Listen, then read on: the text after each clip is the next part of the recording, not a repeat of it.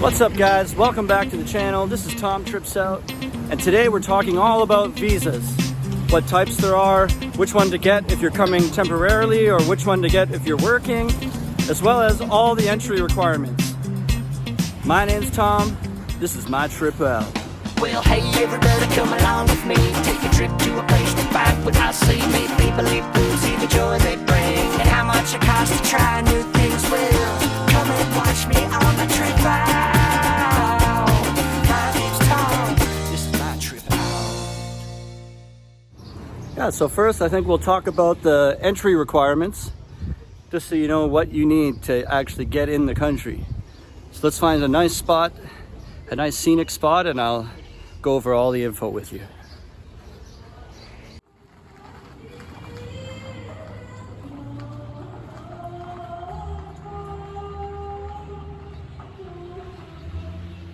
Cambodia is welcoming tourists into the country, and with no testing or quarantine requirements for fully vaccinated travelers.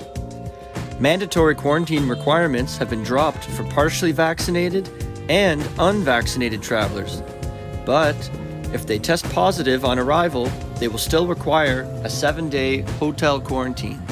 But also, be aware that if you have a connecting flight from your country to Cambodia, you will need to meet the requirements of the connecting airport, which may still require a pre-flight PCR test. Vaccinated travelers will need to present a hard copy of a vaccination record showing that they have received a complete vaccination schedule. No apps are currently accepted, so print out a copy in color if possible. It must include your name, type of vaccination, and date of vaccinations. Unvaccinated travelers will need to take a $5 rapid test and quarantine if positive.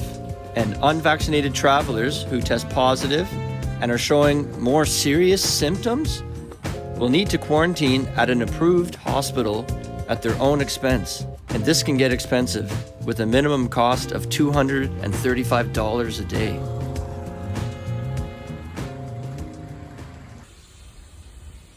So the next visa information we need to discuss is the difference between the electronic e-visa and the E-type ordinary visa. This is a very important part, so make sure you watch this part.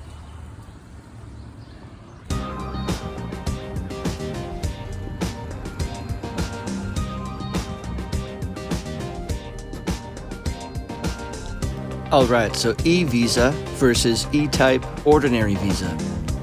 The E-visa is the electronic visa, and it's the tourist visa.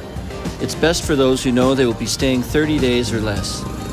The 30-day tourist visa is available to travelers in advance or on arrival for most nationalities for a cost of $30. The tourist visa is single entry only and can be renewed once for an additional 30 days for a fee of between $30 and $50. After that, tourist visa holders must leave Cambodia and come back to obtain a new visa. If you are planning to stay long-term, you could avoid having to leave Cambodia and come back if you get the E-type ordinary visa. This is also valid for 30 days and costs $35. The difference between the ordinary visa and the tourist or E-visa is that the ordinary one can be extended indefinitely.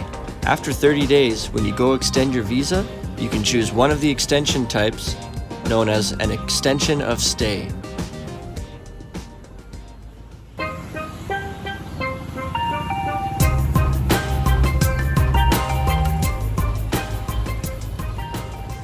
So another thing we should talk about is the extension types. Once you have a visa and you have to go extend, you have to choose a certain type, and it matters, for what reason you're getting the extension. So let's find another spot and talk about that stuff. Okay, the first one we'll talk about is the EB visa. This is the business visa. It covers most Cambodia expats, including those who are working and their partners and children, freelancers and volunteers. The current rules require applications to provide a stamped letter verifying their employment with a Cambodian company. This renewable visa extension can last for 1, 3, 6, or 12 months, although only the 6th and 12-month visa extension allow multiple entries. Be aware, in order to be legally employed, you will need a Cambodian work permit. The next extension is called the EG visa extension. It's intended for those searching for employment and can last 1, 3, or 6 months. So the next type is the ER visa. This is the retirement visa. It's meant for those of retirement age who can show documentation of retirement in their home country, such as a pension or social security, and prove that they have the funds to support themselves. The ER retirement visa can be issued for 1, 3, 6, or 12 months. And then there's the ES visa extension. This is the student visa. Applicants for the ES visa need to provide a letter from a registered Cambodian school, as well as evidence of sufficient funds to support themselves. The ES student visa extension can be issued for 1, 3, 6, or 12 months.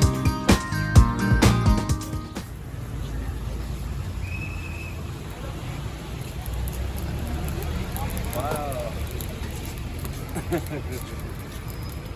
Cool. Okay, so extending your visa with a travel agent. The easy way to extend your Cambodian visa is to use any of the hundreds of local travel agents in town. They'll take care of the paperwork for you. The process takes between 3 and 10 business days. Processing time varies and can take longer during public holidays. So make sure to give yourself enough time and ask in advance to find out how long it will take. You'll need a passport that's valid for at least 6 months, a blank page in the passport, the renewal fee in US dollars, and any additional documentation required for your extension type, such as a letter of employment. A 12-month multiple entry visa costs $275 to $300, depending on the fee added by the agent. The agent's fee is usually somewhat negotiable. Okay, so overstaying your Cambodian visa. It's not advisable, but you can overstay your Cambodian visa at a cost of $10 per day, payable at immigration on your way out of the country. If you plan to only stay a day or two over 30, this is often cheaper than getting a visa extension. However, be warned that you'll need exact change in US dollars. If you present immigration officers with a $20 bill for a $10 overstay, it's likely you won't be given any change. It is possible to overstay up to 30 days. After 30 days, overstayers are still liable for the $10 daily fee, but depending on the length of the overstay, you risk imprisonment, deportation, and future bans on entering the country.